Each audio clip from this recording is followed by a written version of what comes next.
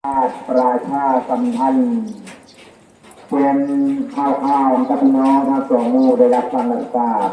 นะครับเนาะคือคนนี้นะครับเราก็ได้เชิญงานประชุมเพลิงสรีระสังขารหลวงปู่ลำดีทีราชเทตัวผู้ลึกนะครับเนาะตัวผู้ลึกตัวผู้รับไปเดี๋ยวเขาผมก็ขอขอบคุณคุณแม่ที่ปัญหาทุกคนนะครับที่ความรู้ความความรู้ในการเตรียมงานประชุมเพลิงนะครับเนาะแล้ววันนี้จะได้เป็นรู้ทุกคนนะครับเนาะเราเตรียมงานการงานเอาไว้น่าจะพูดได้พูดทุกอย่างนะครับเนาะวันนี้ผมได้ประชาสัมพันธ์ขอรับบริจาคเป็นท่านนะครับเนาะในการในชุมเพลิงหรือว่าเขาเป็นสถานที่ดีนะครับแล้วก็ผมขอบคุณคุณแม่ด้วยความร่วมมือกับที่นี่ที่บริจาคมากครับคุณเล่นใจบุรพรทาน3 กระสอบนะครับเนาะคุณจันทูเพิ่มทองทาน2 กระสอบคุณกังวานราชโสทาน2 กระสอบคุณไพโรจน์นี่คำหาทาน2 กระสอบพ่อพระโคตบุญทาน1 กระสอบคุณปัญญาราชโสทาน2 กระสอบนะครับน้อยแล้วก็มีพี่น้องมันห้านะครับที่บ้านมาข้อบริจาคข้าวสารมาคุณปัญญาราชโสข้าวข้าวสาร1 กระสอบน้องแม่นะครับแล้วคุณสุภวรรณเต้นนะครับเนื้อต้ม5 กิโลนะครับประมาณนี้เนาะลูกสาวของคุณผู้บริโภคเต้นนะครับเนาะคนขายความรู้เนื้อต้มมา5 กิโลนะครับประมาณนี้พอสาธุบุญครับทุกคนทุกท่านนะครับบางร้านเราก็ได้อะไรที่งามนะครับเนาะในตัวเขาคนอื่นเขาก็ได้ตรวจไว้นะครับขอโทษขอให้หลายๆนะครับเนาะจะมีเงินเท่าหลายที่หลายท่านนะครับแล้วก็ท่านที่จะไปบริจาคเพื่อเป็นน้ำบุ้งเพื่อจะเข้าสารเป็นน้ำไม้นะครับเนาะบางท่านเป็นเราก็ได้อยู่จะบริจาคเราขอโทษขอให้หลายนะครับเนาะก็ขอสาธุบุญกับพี่น้องทุกคนทุกท่านนะครับเนาะทีนี้แม่เขาพูดนะครับแต่เมื่อนั้นคนหนึ่งของเนาะคนไปร่วมบริจาคนะครับเนาะขอสาธุบุญกับเพื่อนอาจารย์ที่สองนะครับในบริจาคที่สองที่เป็นอย่างนี้ก็คือตอน8 โมงนะครับเราจะเคลื่อนย้ายคนละจำฐาน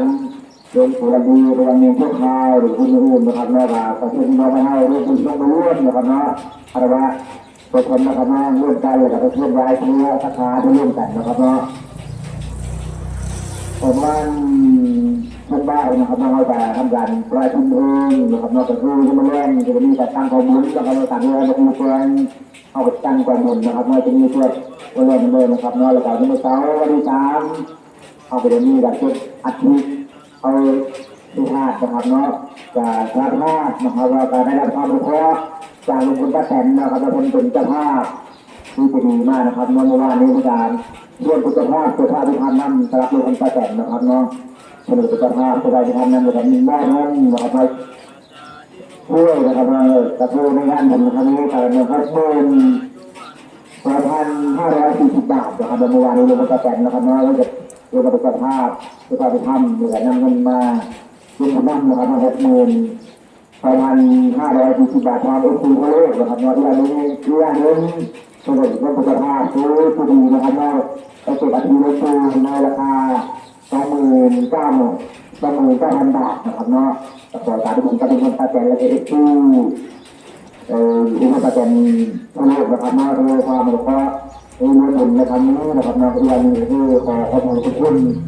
ที่ตลาดนะครับเนาะที่เป็นสะพานเพื่อนะครับเนาะที่หลังการกับเรื่องบุญหน้าท่านที่ตลาดนะครับเนาะให้ความรู้ว่าคือเขากำลังคือตั้งแต่กับแก่ให้ทีมงานช้างนะครับเนาะตลอดหลายปีที่ผ่านมาขอบคุณที่ตลาดที่เป็นพันหนุนนะครับเนาะที่เป็นการไล่ชดผ่านทำยูทูบนะครับมาประกอบบุญมาบอกว่าจะเป็นที่นันทนาดาลินนะครับเนาะ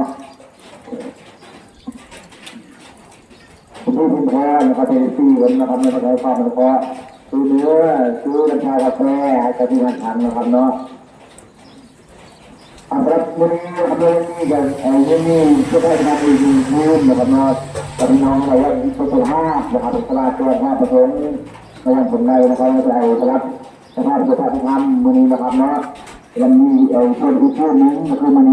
ให้มีสุขภาพนะครับเนาะแต่พี่น้องเราจะรู้สุขภาพด้วยงานถ้าทุกท่านมาเป็นกุศลก็มีได้สังขารลูกคือลันนี่จากเพื่อนข้าประสงค์ในวันของเรานะครับนอกจากที่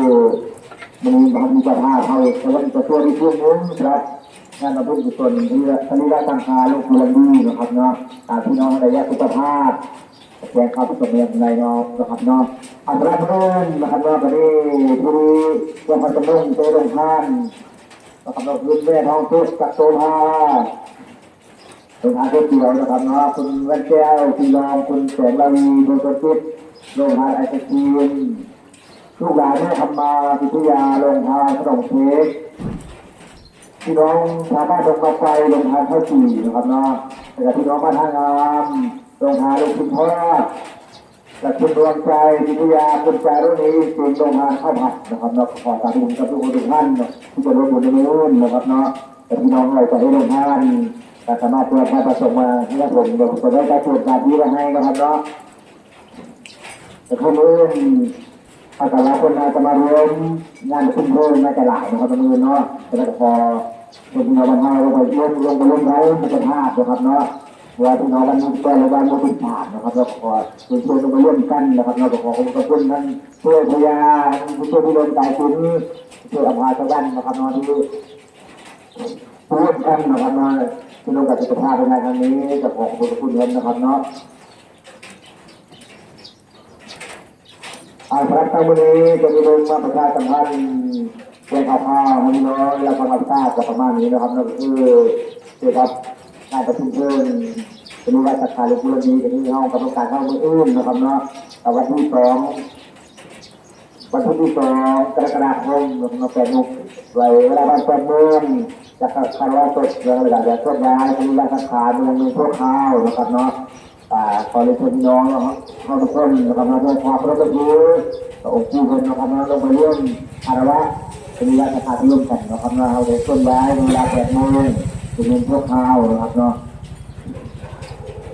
การใบสองเราการยื่นใบสองเข้าไปแต่ทำการประชุมเพลิงนะครับในการกำหนดการที่ต้องพูดเป็นคนกำหนดนะครับเนาะแต่หลังจากประชุมเพลิงเสร็จเราจะมาเริ่มที่การตั้งกองบุญนะครับเนาะตั้งกองบุญที่ยังวัดป่าหลวงพ่อเฮาทั้งหมดตลาดนะครับเนาะจะมีการช่วยประชุมประเด็นอะไรแต่วันที่3นะครับเราจะมีการเปิดอาทิตย์เข้าสู่ตัวดีนะครับเนาะเป็นการกระตุ้นแล้วก็เรียนมาถึงเรื่องน้องการเอาทั้งสองมือนะครับเนาะรับทราบเรื่องด้วยกันนะครับเนาะอีกอย่างหนึ่งขอเรียนเชิญน้องบรรเทาทั้งสองมือร่วมกับพิจารณามาหลักแขกนะครับเราจะมาร่วมงานประชุมเพลิงในวันพรุ่งนี้นะครับเนาะอาจจะว่าเลยพี่น้องหลายท่านพี่น้องพระพุทธเจ้าหลายวันที่จะมาร่วมบุญนะครับเนาะขอพี่น้องบรรเทาลงทั้งสองมือลงไปร่วมกับพิจารณาต้อนรับแขกนะครับเนาะอย่างนี้ก็คือการรับบริจาคลงทานนะครับพี่น้องเราอยากได้ลงทานแต่เป็นความประสงค์มาอย่างใดนะครับเพื่อไว้ต้อนรับแขกที่จะมาร่วมงานนะครับเนาะคือกระเพาะกำน้ำเพื่อใส่ต้อนรับแขกเพื่อการของการเสียเอาไปไว้นะครับเนาะแล้วเข้าไปในประกาศบริจาคตรงมาเพื่อเรามีสมทบในการต้อนรับแขกนะครับเนาะในเมื่อวานนี้นะครับเราลงไปประกาศในการได้ยังผลไม้ในว่ามังงะนะครับประมาณ3-4 กระสอบมาร่วมบุญนำนะครับเนาะคุณแม่อัมพรดีนะครับมาร่วมคือเป็นผักผลไม้เอาล้มไปไว้ที่เขากำลังนำนะครับเนาะเอาไว้ในเพื่อขอตายที่พูดบุญกับคุณผู้อมรรักษาพลนะครับเนาะให้ความสำเร็จเป็นบริจาคนะครับเป็นผ้าขาวดำนะครับในการประดับเมนพวกข้าวนะครับเนาะเพื่อบริจาคมาในประมาณ5 ถุงในนะครับเนาะขอสาธุบุญกับคุณผู้อมรรักษาพลนะครับเนาะเพื่อจะให้ความบริจาคก็คือบริจาคผ้าขาวดำนะครับในการใช้ประดับตกแต่งเมนพวกข้าวเอานะครับเนาะขอสาธุบุญนั้นพ้นนะครับเนาะขอสาธุบุญกับทุกคนทุกท่านที่ร่วมบุญในงานประชุมเพลิงในครั้งนี้นะครับเนาะขออำนวยไว้ให้ทุกคนทุกท่านมีสุขภาพแข็งแรงมีความมีวันที่1นะครับเนาะวันที่1เป็นอายุคู่บรรดา65 ปีนะครับเนาะ27 พรรษามรณภาพในวันที่25นะครับเนาะจากพี่น้องอะไรปักไปโชว์จากประมาณนี้นะครับเนาะอาสาวันนี้ก็ขออนุญาตทุกปีการประชาสัมพันธ์ไว้ที่วันนี้สวัสดีครับ